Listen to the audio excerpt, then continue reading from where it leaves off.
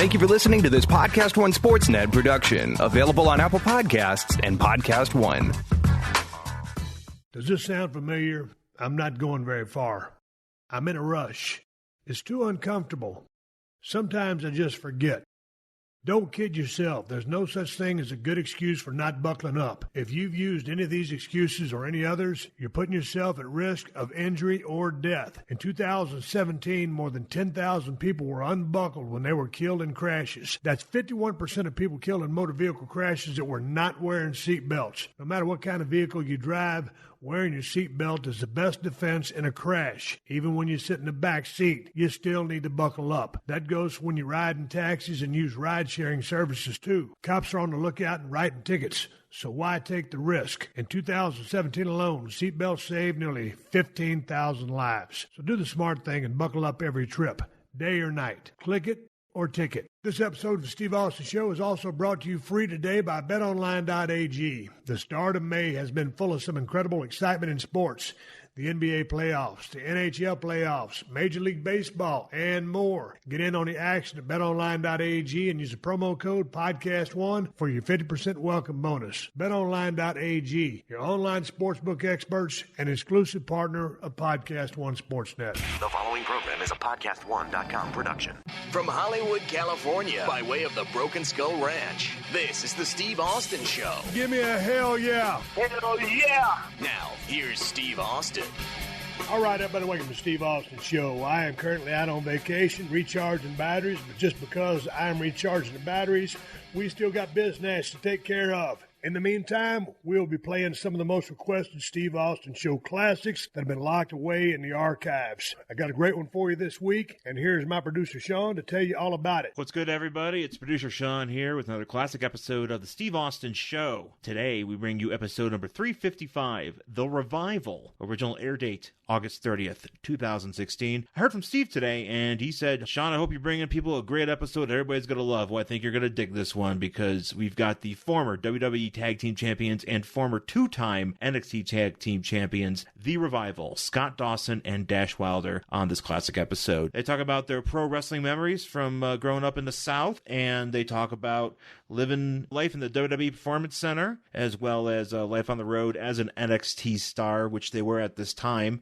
just coming off of some great takeover matches with American Alpha. And also, we get to hear about how King of the Ring 1993 was influential for both Scott Dawson and Dash Wilder. It's pretty interesting how it all ties together. Also hear about some of their favorite wrestlers, too. Just a lot of cool wrestling talk with The Revival here on a classic episode of the Steve Austin Show. Today in Steve Austin history, today being May 14th. Pretty late day. Steve only had one WCW match on this day, 1992 in Savannah, Georgia. Nikita Koloff defeated Steve Austin. And then in WWF in 1999 in Philadelphia, Pennsylvania, WWF World Champion Steve Austin, The Rock, and The Big Show defeated Triple H, The Undertaker, and The Big Boss Man. And then finally in 2001 in Cincinnati, Ohio, at a Monday Night Raw taping, Kane defeated WWF Tag Team Champions, the two-man power trip, WWF World Champion Steve Austin and WWF Intercontinental Champion Triple H, with Stephanie McMahon in their corner via disqualification in a handicap match. And I'm trying to figure out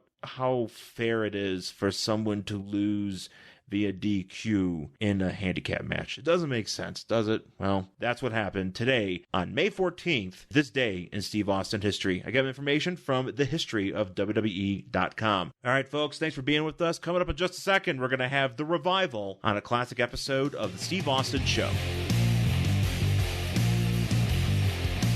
May's up and running, and excitement in sports has ramped up in a huge way.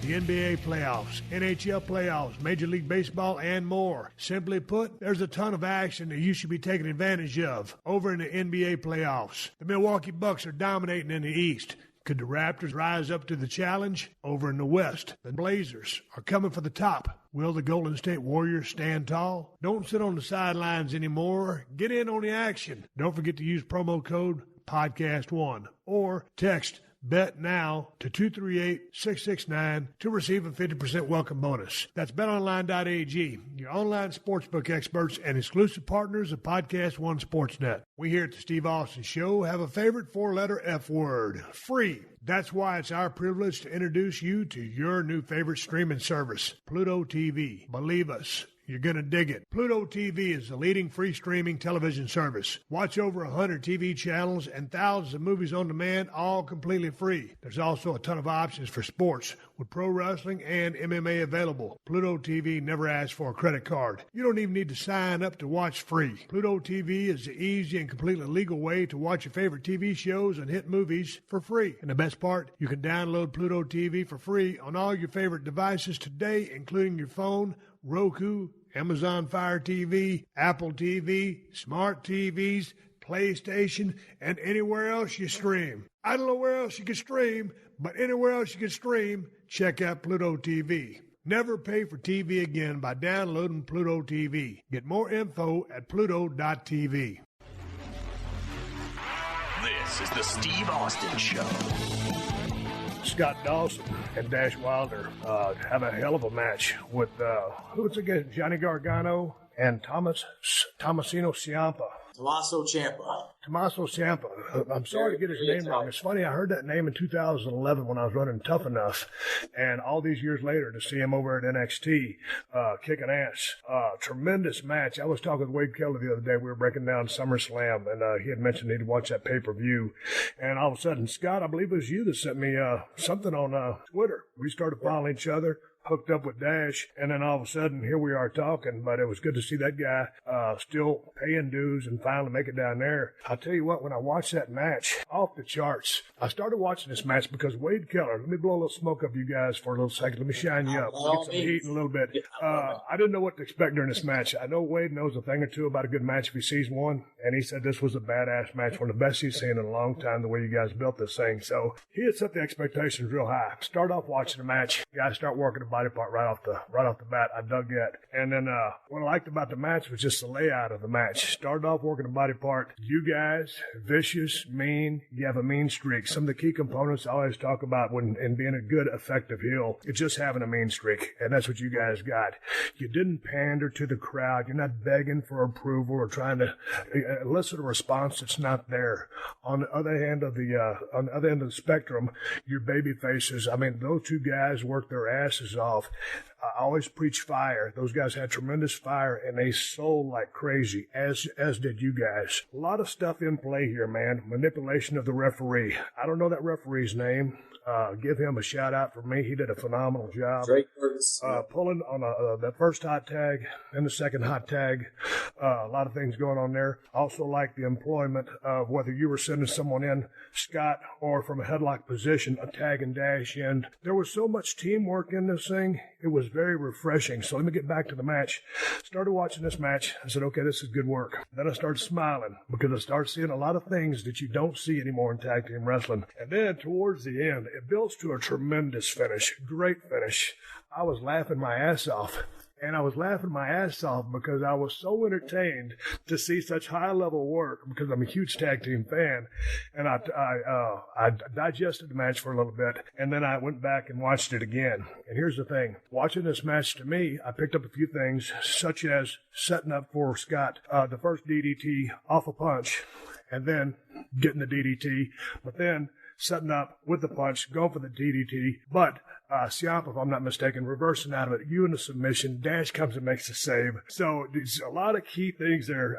And again, drawing the referee, the one hot tag, pulling the guy off the apron, then feeding on the hot tag, going into the comeback. It was an awesome match. And it was kind of like, I watched Breaking Bad and I watched Walking Dead. When you watch those shows, if you're sitting there texting on your phone or trying to peruse the internet, you'll miss something. Same thing with this match. You had to stay glued to the screen to make sure you caught all the detail work. And there was a lot of details in this match. So, swig of beer, I enjoyed the hell out of it. Now, based on your recommendation, I watched the 2 out of 3 falls with you guys working against, I guess, American Alpha. Yep. Jason Jordan? Jordan, and Chad Gable. Same thing from those guys. Obviously, great amateur backgrounds. Sold like hell for you. Jordan could have sold that leg a little bit more on the apron, but still, I mean, the same thing. Those guys had great fire. Let's talk a little bit about you guys now. I've been rambling. Tell you how good you are. Scott, you broke in about 2004, right? Yep. Right after high school. And I saw that you're trained by the Maestro, and I said, well, who's the Maestro? Because that's more regional. I've been out of the system for a little bit, and I saw saw his deep ties into a lot of NWA stuff, old school stuff that I figured maybe you pick up along the way from that guy, because again, high level stuff that I don't even see being employed. I dare say, I'm not trying to put heat on the guys, on you guys, but what you guys are doing right now is so high level. I'm not seeing this on the main roster. Tell me about your break-in period with Maestro. I think, well, I broke in with him, like you said, in 2004, and he helped me out a lot, and he preached to me a lot of the old school style. But then also, I was trained by George South as well in Charlotte, and he comes from the NWA territory, and he worked with Flair, he worked with Arn, he worked with Tully, and worked with all those guys. And man, if I messed up in the ring, or if he even saw me putting together a match in the back, he would criticize me, and he would beat me down and make sure that I felt like crap because I wasn't calling in the ring. So coming from that background, it allowed me to think on my own and think on my feet. And also, since I was about 3 years old, I was a huge wrestling fan. I can just vividly remember seeing Gordon Soley interviewing Ric Flair. And that was when I lived in Stone Mountain, Georgia. And that kind of wrestling is what makes me a fan. There's a lyric, I'm sure you know what it is. It's called, I'm not a walk behinder, I'm a new note finder. And I feel like a lot of guys, they're so entrenched with the product today that they see the reactions that people are getting. So it's easy to follow that. It's easy to do the same thing. But for me, like, I want people to remember me for being different. So if I'm doing the stuff that nobody is doing anymore because it's not 1984, then the people will remember that match. You know what I mean? Well, and I like you just from the T-shirt, no flips, just fists. Dash, tell me a little about you coming in, because Scott, you're 32. Dash, yep. You're 31? 29. 29. You broke in 05. Tell me a little about your training background, because I couldn't do any research to find out where you came from, because, I mean, you guys were made for each other. I want to hear where you come from and how you guys put this thing together. That's a pretty funny story, actually. I was never officially trained. I came from a really poor family, so we couldn't afford to do wrestling training, anything like that. So honestly, I watched wrestling as much as I possibly could. I read the books, like any autobiography that came out, just to get a little bit of inside information. I would watch it, and I studied it so much. I trained myself to get to the point where I could get in the ring and not be a danger to anybody. But luckily, being from North Carolina, being from the South, that we had so many guys like the Rock and Roll still coming around. George South still came around. We had these guys that could take you under their wing, and they could teach you everything you needed to know just by watching and listening to the crowd. Like, also, I spent a lot of time down at NWA Wildside/Anarchy, where AJ Styles is from. So I learned a lot of different stuff there, and I just kind of picked it up as I went along, and somehow you hear, yeah, somehow, some way, little backyarder, he made it.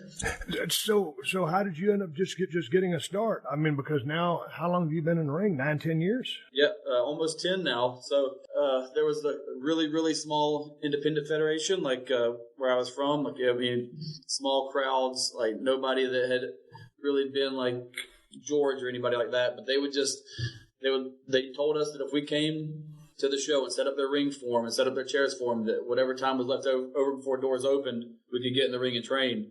And there was like 3 or 4 of us real close friends who would go set up all their stuff for them just to get that hour or two of ring time. And eventually, like, okay, you guys can start on our shows now. And then we just started reaching out as much as we could. One of the first out-of-state bookings I ever got was for Wildside. I emailed Bill Behrens. I said, I've read a lot about Wildside. I've read a lot about the guys that you have had come through there, and I want to come down and I want to wrestle for you.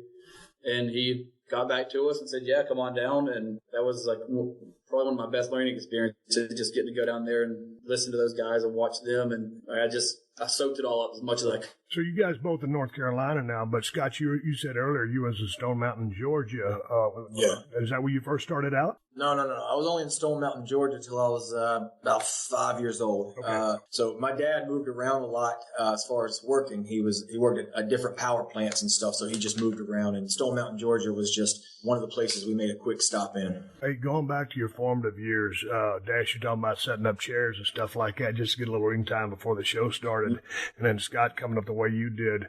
I don't want to ask you about today's numbers, but back in the day when I first started, when they were just beating the crap out of me in Dallas, Hill's coming in to get some heat on me. I don't even know if I was getting paid for that. And 2 months of that, and I headed down to USWA working for Jerry Jarrett. And, that was a weekly territory. We was in the same towns over and over again. And, pretty much my paydays were anywhere between $15 and $20 a night. You're making 400-mile round trips, man. I was starving. Coming up the way you guys did, what was the money situation like that when you guys coming up, 10, 15 years behind me? It was about the same. Yeah. That's the crazy thing. It was about the same. On a good night. Yeah, on a real good night. We might get a $20 and a hot dog. I think I was a bit naive at first. I just loved wrestling so much. I knew what I wanted to do, and I knew I had everything going against me. I was not what you call a body guy. And I'm about 5'10", scratching the surface of 5'11", and so I knew that finding money was going to be hard. So I just wanted to get into wrestling as much as I could. And then when I realized a little bit of value was coming with my work, then I could ask for a little bit of money. But down in North Carolina, there's no athletic commission. There's no nobody governing that state. So anybody, any old redneck from North Carolina can pick up and get a wrestling ring and run a pawn shop, run a flea market or anything. So they could just hire, or they could quote unquote hire guys to work for them, and they just come in and do it for free. So it was a little bit harder in North Carolina to grab some money. But yeah, I just did whatever I could to make the most out of my situation. Yeah. Dash, was that the same for you? Were you working a side job to help support your wrestling? Oh yeah, I worked a few side jobs at the same time because I knew that at that point wrestling was not going to pay the bills. But I looked at it kind of like you're making an investment in yourself. It's just like when a doctor goes to school. For 6 to 8 years, they're losing tons of money, tons of debt. But when they finally get that degree, they finally get that job, it's all worth it. So I figured I could use the knowledge as currency. That's our money, picking up this knowledge that we're getting. And when we got to WWE, that would be the final product where we get to finally make money and it all pays off for us. Hey, man, I remember I've told my story many times. I was 7 or 8 years old, and I was sitting on the floor in Edna, Texas. My mom was reading a magazine behind me, and I was watching Houston wrestling. Dusty Rhodes was bleeding like a stuck pig inside that ring. It was a Sam Houston Coliseum in Houston, Texas. Security guard had a sidearm on. He was slowly walking around that ring. Nobody was doing anything. Everybody was hoping Dusty was going to come out of this bloodbath that he was in. And, man, I was so captivated. I look over at my mom, and I said, Mom, the security guard had a gun, right?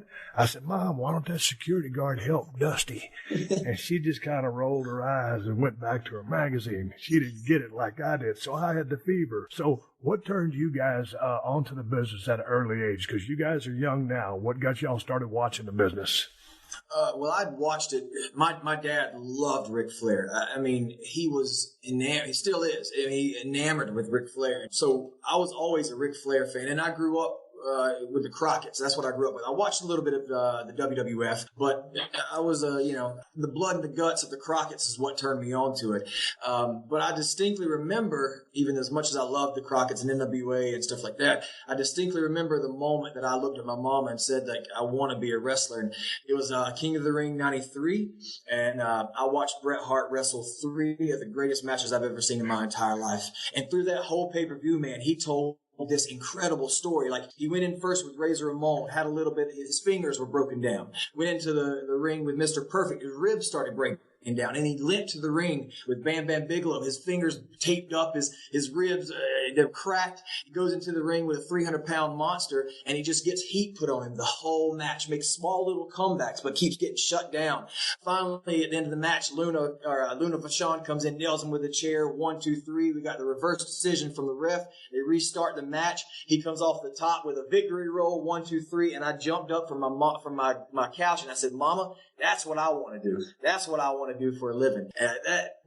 That's what I wanted to be and all I could think about through school was wrestling. Honest to God, I was really good in school, but all I could think about was being a professional wrestler. That's it. And, the thing about it, you mentioned Ric Flair. He's my favorite pro wrestler of all time. But when you talk about the grit of what the Crockett's were doing back then in NWA, that's my favorite period of wrestling. I love the Attitude Era. I love what I did. That was fun. But when I go back as a fan, if I'm doing cardio, man, it's mid-'80s NWA stuff, and that's that Power Pro, and it's that grit. And when you speak about a guy like Bret the Hitman Hart, one of my all-time favorite guys, and you vividly remembering those 3 matches back from that year.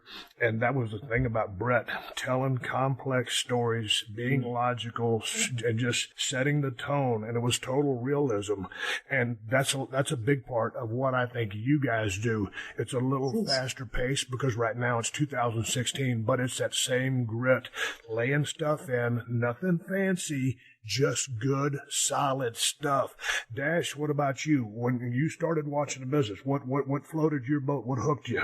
Pretty much the exact same thing, but I didn't watch it with my mom. My granny was a huge wrestling fan because Asheville, where I'm from, used to be a hotbed for wrestling. So they'd come to buildings there, and they'd come to Greensboro and all that, and she would go to every single show, and she had just this library of VHS tapes. It was unreal how many old wrestling shows she had, and she would just, when we came over, she'd put one of them in, just let us run wild. So she would just go cook, make sweet tea, whatever she was doing, and just leave us. And my brothers would watch it a little bit, not as much as me. I would just be in front of the TV, just entranced, like just completely soaked in, lost in it. I just never grew out of it. Like, my brothers would watch it, but they weren't as into it. They would move on, and eventually they just stopped watching. But the more I watched, the more hooked I got. Alexa isn't the only one with breaking news. Make sure to hang around at the end of this podcast for the latest breaking headlines on the AP News Minute.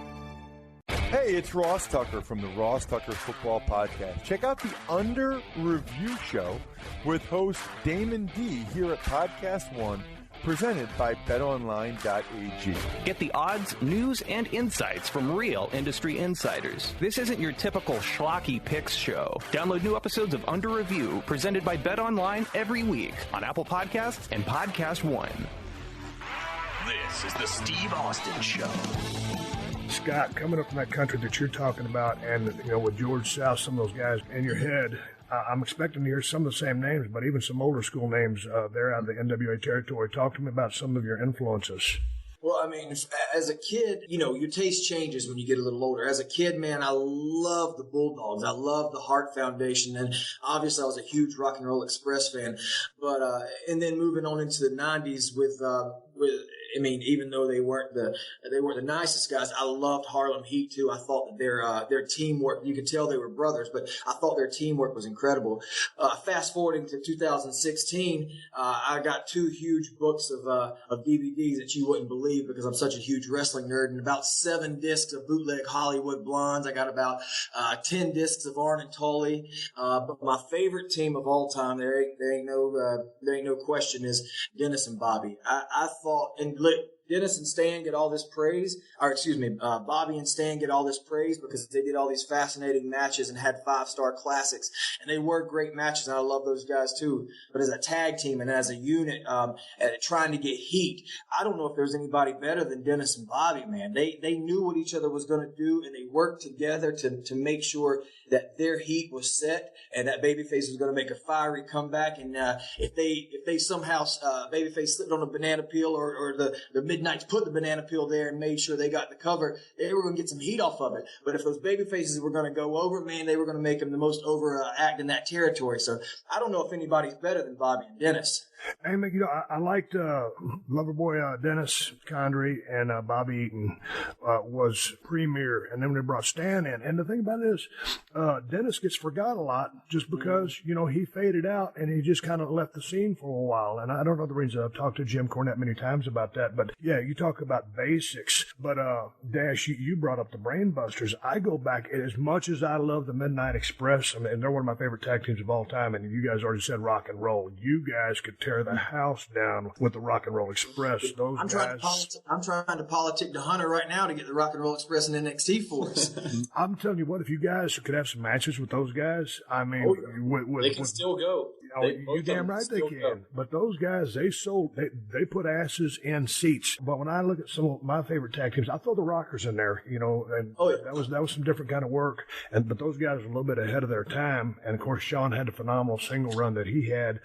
But man, you guys kind of remind me, because you're saying Arn Tully, dude. I got to go back Arn Ole, because Arn and Ole was kind of the strong man of the team, just that big boxy bully. You kind of work like a bully. He, kind of hard to get him to sell, but when you did, he'd sell for you. And Ricky Morton's got some good stories about that. And then Arn would come in to light it up a little bit, put some movement in the match, bam, maybe set up something for the heat. And then Ole was kind of that heater. So I just really like that Ole-Arn connection. And again, Tully and Arn were great as a brain buster, but going back to just that gritty NWA style, I dug those two together. When you look at the tag team situation right now down in NXT, man, I'm not trying to put any heat on you guys, but there's a bunch of good teams down there. What are your thoughts? Why do you think on the main roster, tag team wrestling has seemingly it's coming back now, but for a while, with Davey and Dynamite back in the day, with the Hart Foundation, there's been with Action Smash, there's been great tag teams there, and Rockers came in, but for a while it kind of died down, and it seems like it's being reinvigorated in NXT, and I love that. Don't you feel like for a while there it died down on the main roster? I agree, and I have a theory on that. I think that like Rock and Rolls and, like you said, the Bulldogs and stuff, they knew that they had some sort of shortcoming in their game, whether it was their size or their body or couldn't talk or whatever it was, and so you got paid, and you know this too. At the time, they got paid by what position they were in the card and what kind of effect they had on the shows. So, Ricky and Robert are talking to each other, and they're saying, hey, man, we got to work together and make sure that we tear the house down so we can make this much money. So they knew their place, and they knew they needed to work together. And in comes, a few years later, 10 years later, here comes guaranteed contracts. So you're getting paid either way. And now I think that, and I could be completely wrong, but I think that people might have got a little, when the contract came around, got a little comfortable or got a little selfish maybe, and realized, hey, I'm getting paid, so I'm just going to get my stuff in and make sure I look like $1 million. That's my theory on it. As far as NXT goes, me and Dash, as soon as he came in, and I knew he was coming in, we talked for a while. As soon as he came in, I said, hey, man, look, they don't have a clue what to do with me. I'm not the kind of guy that they would want to invest a lot of TV time in and a lot of money in. This was in a singles row, correct? Right, yeah. Okay. Yeah. But with you coming in, man, we can do something special because we know each other and we respect each other. I said, if they put us as a tag team, which was the plan, if they put us as a tag team, look, everything we're going to do is as a unit. I mean, we're going to stop the baby faces as a unit. We're going to bump and feed as a unit. We're going to hit our moves as a unit. It ain't about me. It ain't about you. It's about us and how we can make this match and make ourselves as a team more valuable to the company. And I think at a certain time that got lost for whatever reason, whether my theory is completely wrong or not. I think it got lost. Yeah, I think that there wasn't the longevity that there was back in the 80s and the 90s. Like, you had teams that were lifelong tag teams. Like, you see Arn and Tully, like, they were tagging for years. Same with the Hart Foundation, same with Rock and Roll, same with Midnights. They were up and down the roads for decades. Like, they stayed together, so they knew each other. They knew how to, Scott said, complement each other, how to play off each other, how to work together. And nowadays, I felt like for a while there, like, the last great tag team period was when the Hardys, the Dudleys, and Edge and Christian were around. And that's because those guys all wanted to work together to have the best tag team match they could, and not just, what's going to make me look the best? Yeah. How am I going to stand out here? It's how can we all have the best match and add the most to the show, and that way we can all elevate each other together. Yeah, and that's so important to me is to put the time and the years in, because you can have two great singles workers. Here's a classic case in point. My favorite pro wrestler of all time is Ric Flair. You can put him in a tag match with Arn Anderson or anybody, and they could have some good tag matches, don't get me wrong, because Ric Flair can work his ass off and he can make a broomstick look good. Yeah, but at the end of the day, you don't have the intricacies or the high level stuff which you guys were doing in the last pay-per-view match, because they're not truly a team.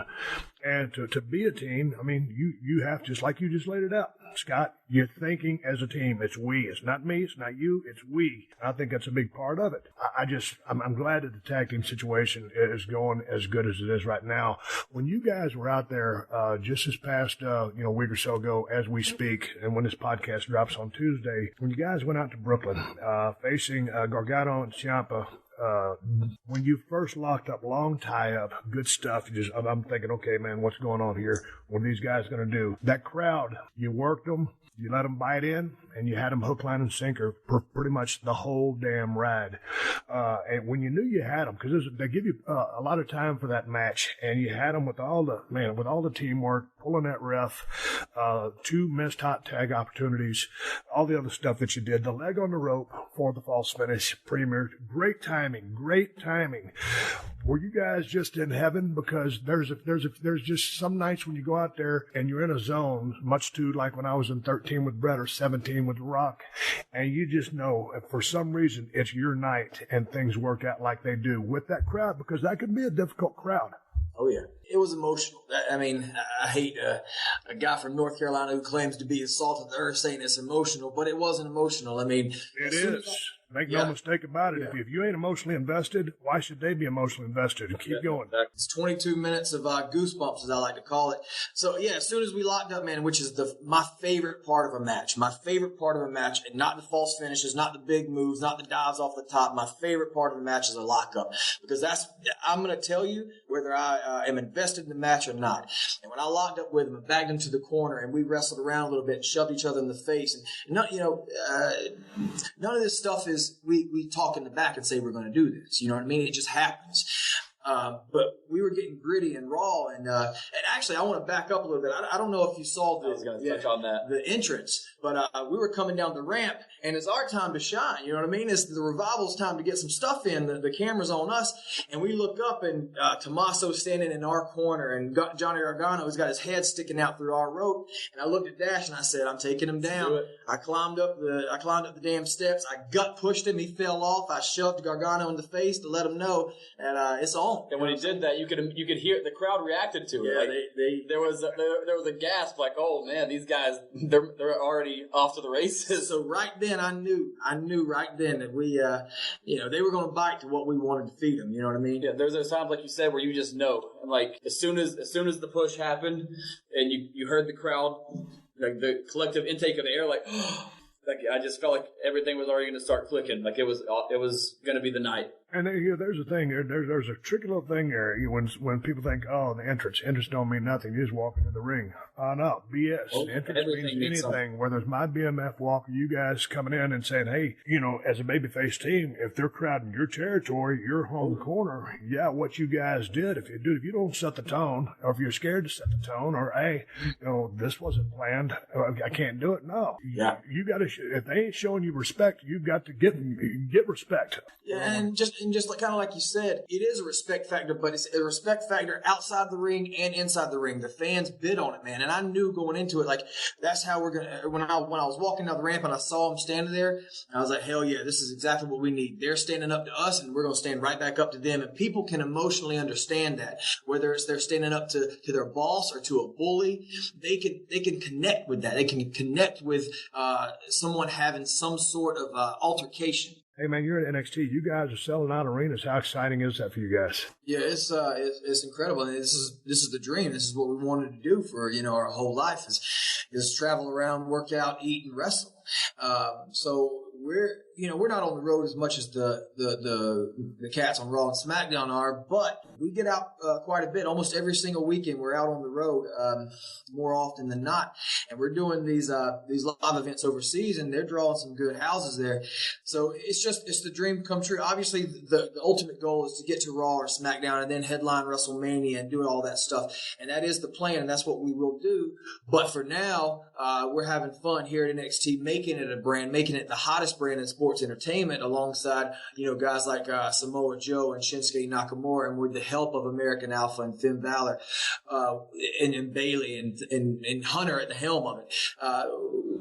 it's fun right now to make this brand mean something. It's fun to be a part of something so special. Well, I think it is special, and I enjoy the flavor. I enjoy the vibe. I enjoy the pacing of it. And it seems like you guys got a lot of freedom down there. Talk to me or talk to us about a day in the life. If you're not on the road, I know you guys have television taping.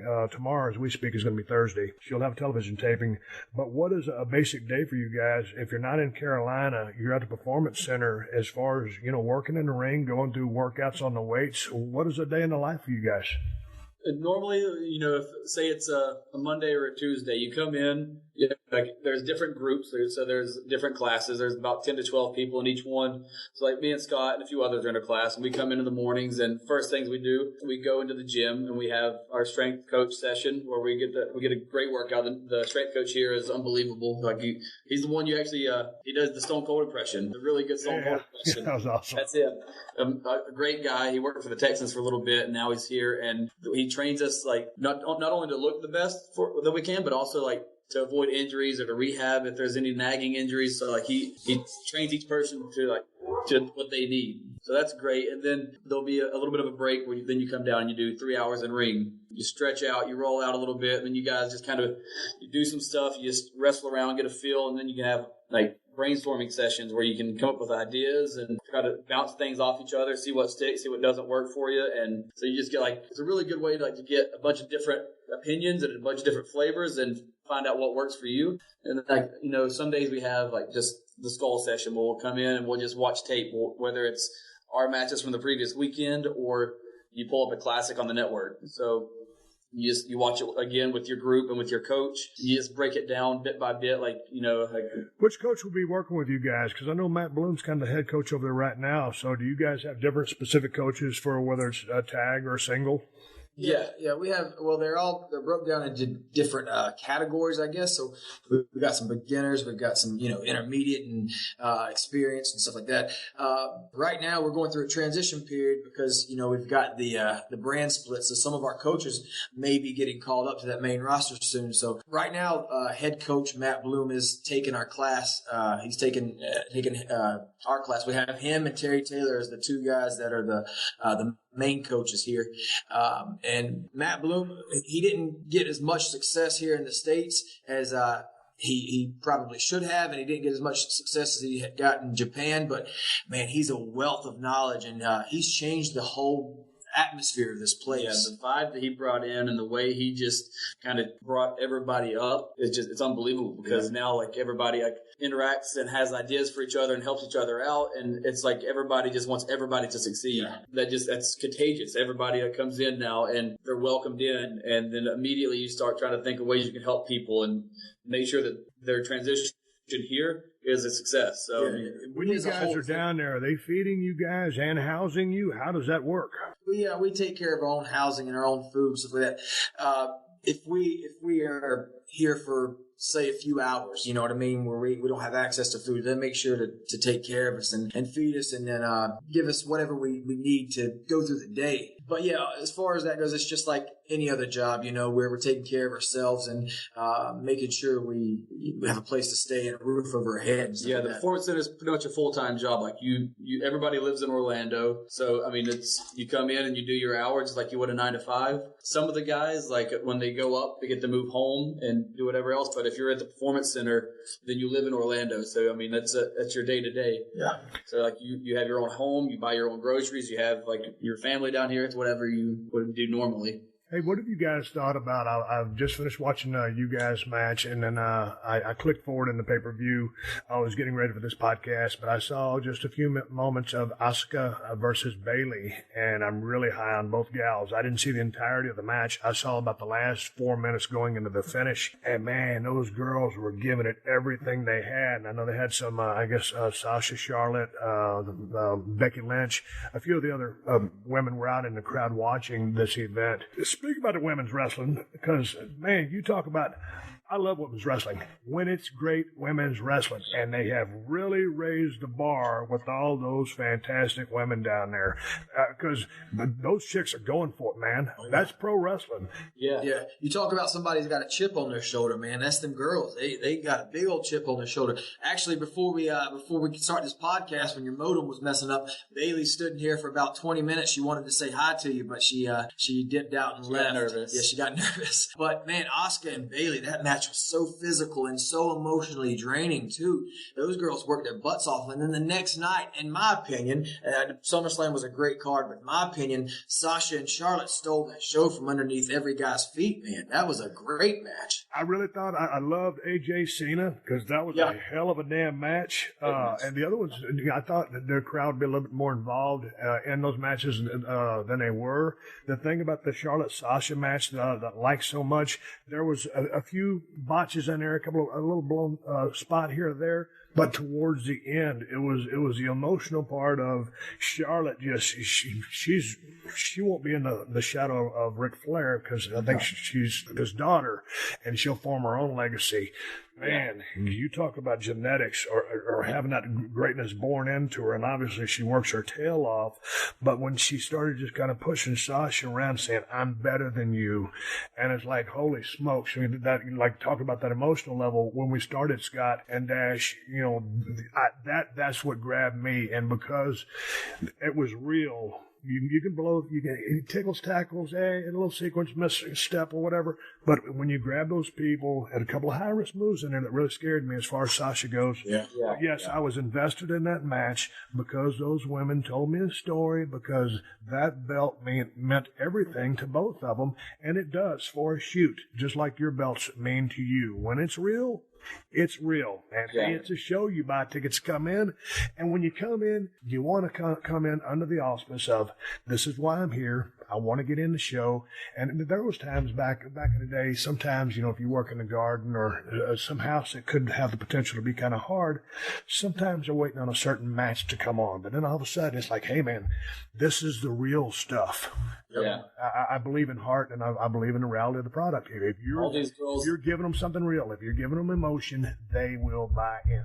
All these girls we have down here, like a lot of them are up there now, but they go for it every time they're in the ring. Like, they're not phoning it in. They're not just trying to coast off like the reputation that the division has now. Like, they are changing the division, and they're not just good women, good wrestlers for women. They are just good wrestlers. Period. Yeah. Like, and Charlotte may be one of the top 3 athletes we got in the whole company, man. She's incredible. Oh, I believe that. But if you go back to last year, I guess it was probably at Brooklyn as well. But it was whatever pay-per-view it was when Bailey was working with Sasha, and Bailey had a hurt hand, and Sasha started banging it on that staircase, and then she ripped it off, and then she smushed it between the stairs and the ring, and she went after that body part. Those girls ripped the roof off the building that night, going into that bank statement, kicking off those ropes, rolling back into the other thing. It's just at a very, very high level. I just wanted to mention the women real quick because I know you guys down at NXT, and tell Bailey I said hi because I'm such a big fan of hers. Before I let you guys go, I got to shave all this trash off my face and go hit a meeting, and I appreciate your patience. I turned my phone into a hotspot because my internet is truly down over here, and this was an opportunity for me to talk to the Revival, probably my favorite, without a doubt, my favorite tag team going right now. Don't give me goosebumps. Scott Dawson and Dash Wilder, but I got a few notes on you guys, and I wanted to understand before we leave off on a light note, your love of coffee. Yeah, got it right here, Jack. There it is. All day, every day, caffeine. I mean, it gets such a bad rep, but why? I mean, it makes you feel good. I wake up in the morning, I have my coffee pot set for 6:30 in the morning. I wake up, I take my first swig of coffee, and I get a euphoric feeling. Why don't I want to feel that feeling all damn day? It's because of coffee. We live and die by coffee, and that's okay with me. I make a pot when I wake up in the morning, and then I stop at Starbucks on my way into work in the morning. Yeah. Like, just because it's my routine and it makes me happy. Like, it feels good to have this cup. Yeah, if you got any connections, Folgers, Maxwell House, all brand, give me a call, Jack, because I will promote you. We'll mention all you guys. Man, I don't have any coffee connections, but was there anything that we talked about that we didn't talk about that you want to bring up before we sign off? Oh, yeah, there is one thing I want to talk about. We talked about us enough. I want to talk about you just a second. I got something I need to get off my chest also. So there was a match, all right? Well, let me back up. We had our match in Brooklyn, and there's a moment in the match you probably don't even know. Nobody probably knows besides me. I bent over and some sweat ran off my nose, okay? Just ran off the tip of my nose.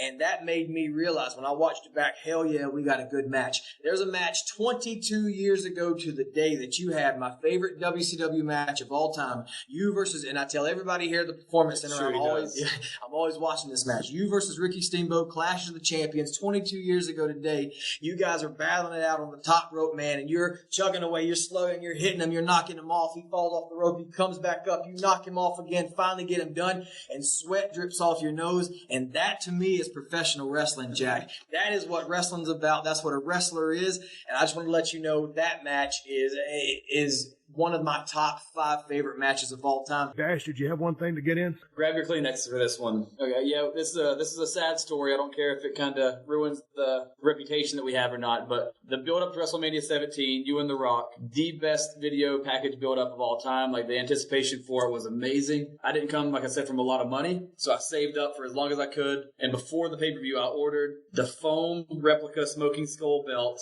and the camouflage Austin 316 hat, and I sat there on my couch, and I watched WrestleMania with my hat on and my foam Smoking Skull title. And when you turn on The Rock and you join Vince, I've never been more heartbroken in my life. I threw my hat down on the floor, threw my title down on the floor, walked outside. I didn't want anybody to see me because I was so heartbroken. But I sat out there for a little bit and I said to myself, you know what? He's still Stone Cold. I'm still going to cheer for him. So I went back in, picked up myself off the floor, I put it back on, and I still decided to cheer you no matter if you were heel or face. But you know what? It goes back all those years, me doing that, and you taking your stuff off and having to walk outside and kind of regather yourself. It's emotion. And it goes back to the first part of this podcast when we were talking. And so if I was able to connect with you on that level and we connected and you were living vicariously through the stuff that I was doing, all of a sudden I took a wrong turn and that upset you, golly, that means that I was doing it the best I could. The storyline was the best it was. I was in there with the great one, the one and only Rock. And that package, that with Paul Heyman and Jim Ross narrating that thing, done to Limp Bizkit, Chocolate Starfish, whatever it was, My Way, was just an unbelievable combination. And all the elements combined, all the stars aligned, and it was absolute magic. But it all goes back to reality, emotion, and belief, and the suspension of disbelief. That's what our business is about. I had a great time talking to you guys. I loved watching your matches last night. Again, like I said, I started smiling during that first round, and then I started laughing towards the end because I was enjoying things that I hadn't seen in a long-ass time. Then I watched the match with the American Alpha, and that was another one.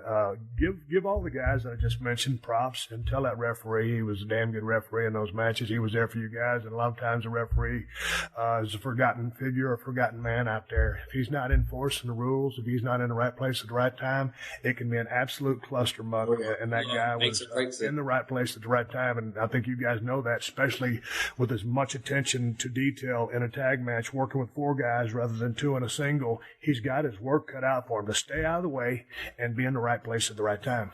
Yep. They get overlooked a lot, but man, we've got, I think, I hope I don't make anybody upset, but I think we got the best referees in the world down here, and they know what their job is, and they work hard for us to make sure that we look good and to make sure the match looks good. Yeah, that referee in Brooklyn that night, Drake, he was on his game that night. You're right. He was, but then again, it was the timing and the way you guys laid it out, and also it was Gargano Ciampa being everybody. Dude, 5 guys telling a story, and they told a damn good one. I enjoyed the hell out of it. Guys, I look forward to seeing you in person again. I've been talking to Triple H one of these days about trying to get down there to Orlando and just talking to you cats and just seeing what everybody's doing out there and checking out the facility. Maybe that day will come soon. Until then, I think I got a chance to see you guys work part of a match down in Dallas last year for WrestleMania, wherever it was. Didn't get a chance to sit down and talk to you. Y'all drink beer? Steve, give us that IPA, Jack. Yeah, bring us the El Segundo. Okay. I look forward to seeing you guys. I'll bring the beer. We're not going to go crazy. We're just going to shoot the breeze, and we'll talk wrestling and drink some beer. Sounds good. If you make it down here, I got an air mattress for you. I've been on an air mattress before. Won't be my first one. Guys, I appreciate it. Best of luck to you. Keep doing what you're doing because it's working. All right. Thank you so much, Steve. I appreciate you having us on. Guys can be terrible at taking care of their health, whether it's a knee injury, bad back, or something worse. Guys are usually more comfortable rubbing some dirt on it than seeing a doctor. I've been guilty of it myself. The same is true for erectile dysfunction.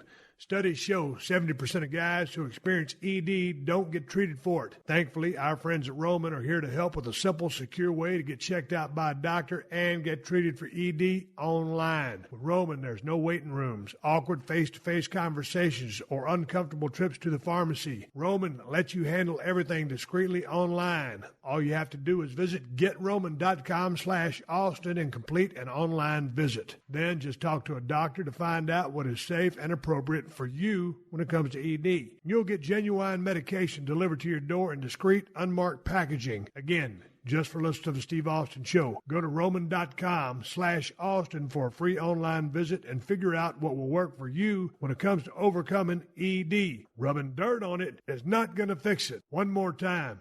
That's GetRoman.com/Austin for your free online visit. Check it out. And hey, man, while you're online, you should get your car insurance figured out. Go to Geico.com, and in 15 minutes, you could be saving 15% or more on car insurance. That's right. Save hundreds of dollars on car insurance at Geico.com. Extra money in your pocket? It may just be the most rewarding thing you do today. All right, I'm giving Sean a go-home cue, so let's wrap it up for this week. Make sure you check out PodcastOne.com and subscribe to the Steve Austin Show so you don't miss any of these classic episodes. Before I ride off in the sunset, I do want to throw out a couple of plugs. I still got a beer. It's the Badass Broken Skull IPA, the finest IPA in the United States of America, and that's the bottom line. Made by El Segundo Brewing Company. You can find Broken Skull IPA at Whole Foods and Total Wines if you live in Cali. If you ain't in Cali, you're probably SOL. And if you're looking to get a badass pocket knife, I got two for you. Cold Steel Broken Skull Knife, Cold Steel Working Man Knife. Get them at my Amazon store. Amazon.com/shop/Steve Austin, or go to the Cold Steel Knives website and check out all their badass knives. Also, one more big shout out to all my sponsors to make this show possible. That's how I'm able to bring this show to you free twice a week. Please support them because they support us. For more info, check out the podcast description to this episode for details. Folks, I am on social media, Twitter and Instagram, at Steve Austin BSR. Folks, I'll be back soon, but until then, my name is Steve Austin, and I will catch your ass down the road. This has been a Podcast One production. Download new episodes of The Steve Austin Show every Tuesday at PodcastOne.com. That's PodcastOne.com.